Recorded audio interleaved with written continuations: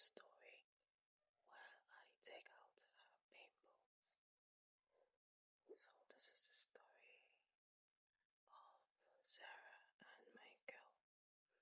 I'd like to know what you title this story when you listen to it.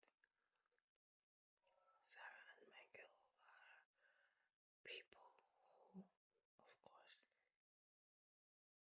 lived in the ghetto, if I would use that word. There were people who were struggling to meet ends meet. There were people who didn't have 3 square meals a day, didn't have a proper roof over their heads, didn't go to school very well, but at least they were educated to some levels. Sarah used to fry akara, that's bean cake, chin-chin, and any other pastries she could fry to make sure she sells and ends her daily needs. Michael will always struggle with one thing or the other. Michael had always dreamed of living big, so he went to learn how to be a mechanic, to repair cars and all that. Both lovebirds were madly in love with each other. Then Sarah applied for a loan, and she was granted the loan.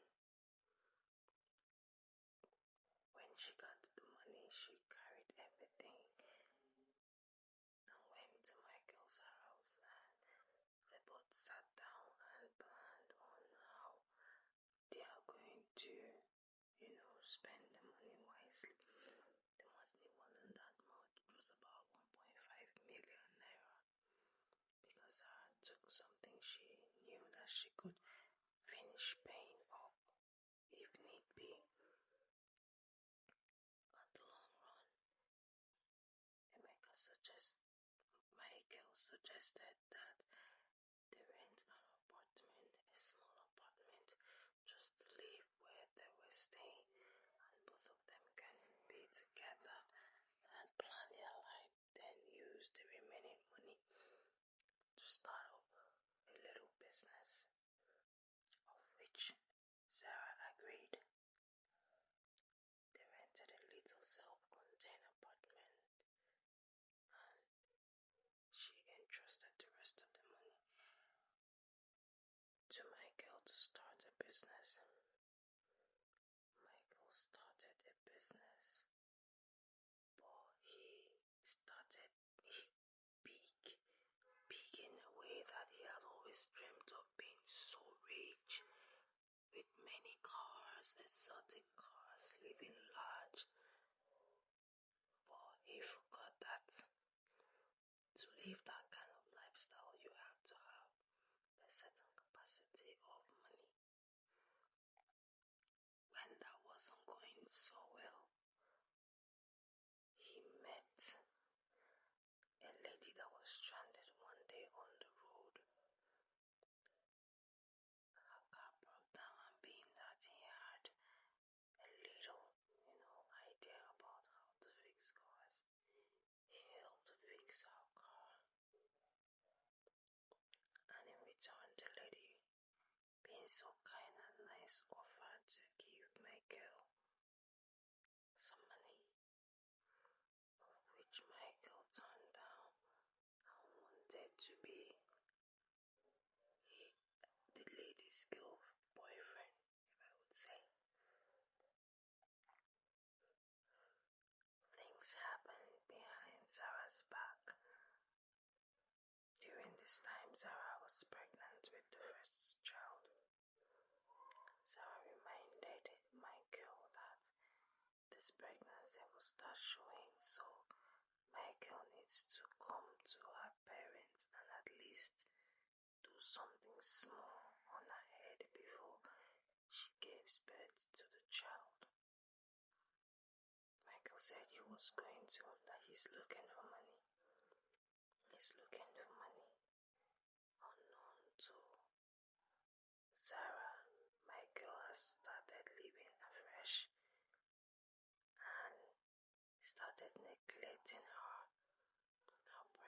say he barely came home, barely spoke with her about anything, was just living his life without caring how happy or sad she became.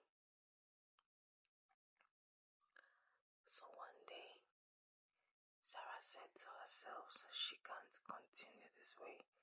She has to find something doing. And so, with the little savings she was able to save, she started supplies. So when I mean supplies, I mean around her neighborhood. She went around telling people if they need any food stuff, she can supply and then get money and profit instead of them going all the way to the store or the market to get it themselves. So she was like a shopper for them. Yeah, because with her condition, of course, she couldn't do much.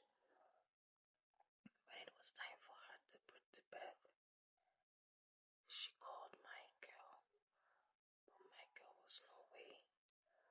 Unknown to her, Michael had gone on an exotic trip with his new love, and the lady in question started changing Michael's life, came back with designer clothes, started working with a firm,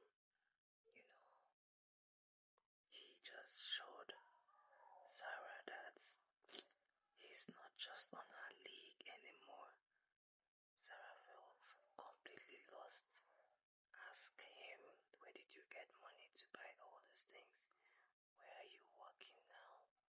Why do you come back home so late? Why do you go home back on weekends? Weekdays we don't see you, your son doesn't see you. He kept giving excuse that he's working, trying to, make money for them, using the fact that Sarah wants to get married, so he needs the money to go see her parents, and Sarah believed him. Along the line, news filtered to Sarah's ears that Michael was seeing someone else, but she hardly believed it because she felt Michael was being so sincere to her. The day she confronted Michael, Michael denied everything and she let it go. 2 years passed. Michael didn't say anything about coming to meet the parents. 3 years passed. He still didn't say anything about coming to meet the parents. 4 years. 5th year, she took in again. And this time around, she pleaded with Michael that she didn't want to give birth without going to see the parents. Michael said very soon that he has planned for that. She believed him, of course. The first child was 4 years old and needed to start school. Michael, with all the money he started having, cared less about them and gave her money to go and put the boy in a very low-class school because he was keeping his money to spend on his new lover, and they have a lavish wedding. He felt Sarah didn't deserve that kind of lifestyle. Sarah, on the other hand, her business flourished. She started making so much money. She now had people working under her, but she kept all these things on the low. She then opened a store and had it stocked up. Michael, of course, didn't know anything about this, and Sarah operated on a very low level. That's the good thing I liked about Sarah. She did not wait for Michael to give her money for anything. So when Michael thought that he gave her money to enroll the son in a shabby school, she, on the other hand, added money in school with standard, and of course Michael being absent didn't know anything about this. As God would have it, the pregnancy kept progressing. One day, she reminded Michael that she's on her 5th month and they need to do the wedding as soon as possible, that she doesn't want an elaborate wedding, just something in-house with very close family and friends. Michael said, okay, that he has plans. Next month or so, they are going to do it. She believed him and started preparing. Unknown to her, Michael also had his plans. Michael had gone over to the other lady's parents, gotten the wedding list, paid everything, paid her dowry, did a court marriage, did an in-house introduction and traditional marriage, and the main white wedding was left. But since the lady was a figure and wanted an elaborate wedding, Michael left the white wedding to be elaborate. So he came home one day and announced to Zara that he is expecting a guest tomorrow, and the guest is coming to live with them permanently. Now, Sarah was like, who are you expecting and why is the person coming to live with us permanently? Michael shocked Sarah. She's my wife. The cup that Sarah was holding fell off her hand. Her big belly was protruded. Sarah looked at her son, looked at herself, looked at her baby in the tummy, and couldn't realize what she heard. And she said, Michael, what did you say? Michael repeated himself, and as proud as he was, he said he got married last week and is bringing his wife home to spend the rest of his life together as a family. And if Sarah is not okay or comfortable with it, she could as well. You go to the boys' quarter and stay there or leave his house. Sarah was shocked. Of course, she didn't expect this kind of news because all the while she thought that Michael was planning their own wedding. Unfortunately, the tables turned.